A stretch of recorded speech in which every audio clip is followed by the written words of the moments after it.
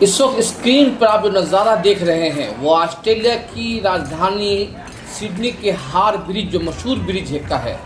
یہ ہزاروں کی تعداد میں بھیڑ غزہ میں اسرائیل کی انسانیت سوز مظالم کے خلاف احتجاج کر رہے ہیں. یہ احتجاج کل 3 اگست 2025 کو آسٹریلیا کے سڈنی میں فلسطینی ایکشن گروپ کے مارچ برائے انسانیت کے اعلان پر کیا گیا.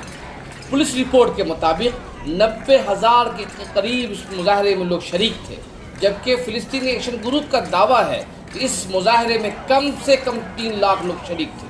اور آسٹریلیا کا سڈنی برج جو عام طور پر بہت بھیڑ بھاڑ کا ہوتا ہے، لیکن کل فلسطینی مارچ کی وجہ سے مکمل طور پر فلسطینی حامیوں سے بھر گیا. یہ لوگ مظاہرین جنگ سے تباہ حال غزہ پٹی میں امن امداد کی ترسیل کا مطالبہ کر رہے تھے، اور ان کا کہنا تھا کہ اسرائیل کی ناکہ بندی کی وجہ سے بھوک کی وجہ سے ہزاروں انسان کی زندگی خطرے میں ہے.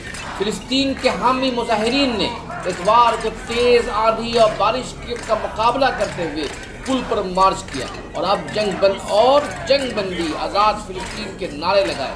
منتظمین نے اس مارچ کو انسانیت کے لیے مارچ کا نام دیا تھا. غزہ میں جبری فاقہ کشی کی علامت کے طور پر برتن اور پین اٹھائے ہوئے تھے.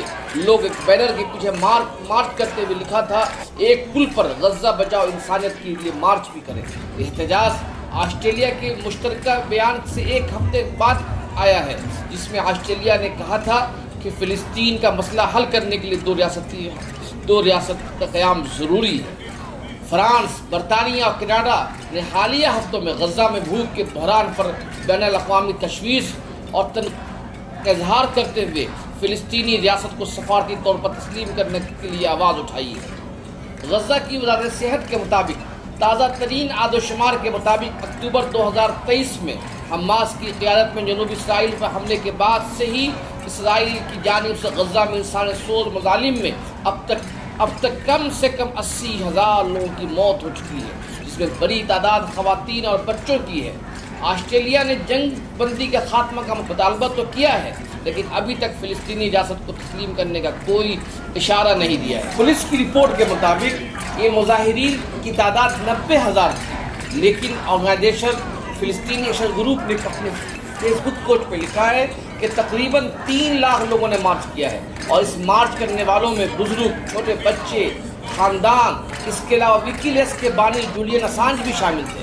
لیکن اس مظاہرے میں نہ جولین اسانج نے خطاب کیا نہ میڈیا سے بات کی. بائیں بازو کی گریڈز پارٹی کے نیو ساؤتھ ویلز کے سینیٹر مہرین فاروقی نے مرکزی سڈنی کے لینڈ پارک میں جمع ہونے والے ہجوم سے خطاب کرتے ہوئے کہا کہ اسرائیل دہشت گردی کا ارتکاب کر رہا ہے، جنگی جرائم کا مرتکب ہے، اس لیے اسرائیل پر سخت پابندیاں لگائی جانی چاہیے. انہوں نے کہا کہ اسرائیلی افواج پر فلسطینیوں کے قتل عام کا مقدمہ چلانا چاہیے. اور اس کے علاوہ فلسطینی لیبرٹی کے مصنف اینٹونی لوئٹس نے جنہوں نے اسرائیل، اسلحہ اور نگرانی اور فلسطین کے موضوع پہ کتاب لکھی ہے، انہوں نے اپنے خطاب میں کہا کہ اسرائیل نہ صرف غزہ میں مظالم ڈھا رہا ہے، بلکہ اس کے مظالم کی وجہ سے دنیا کی خاموشی شرمناک ہے. انہوں نے آسٹریلیائی حکومت کے تئیں بھی ناراضگی ظاہر کی. یونیورسٹی نے کہا کہ آسٹریلیا کئی سالوں سے بشمول جنگ کے آغاز سے F-35 لڑاکا طیاروں کی عالمی سپلائی کی چین کا حصہ رہا ہے، اور یہ وہی طیارے ہیں جو اس غزہ میں مظالم ڈھا رہے ہیں. انہوں نے کہا کہ ہم گہرے طور پر غمزدہ ہیں، آسٹریلیا کی عوام ناراض ہیں اور حکومت سے بات کرنے کے حکومت بات نہیں کر رہی ہے. اور انہوں نے زور دیا کہ آسٹریلیائی حکومت کو نہ صرف غزہ کے لوگوں کی مدد کرنے کے لیے آگے آنی چاہیے، بلکہ انہیں اس ظلم کے حصہ نہیں بننا چاہیے.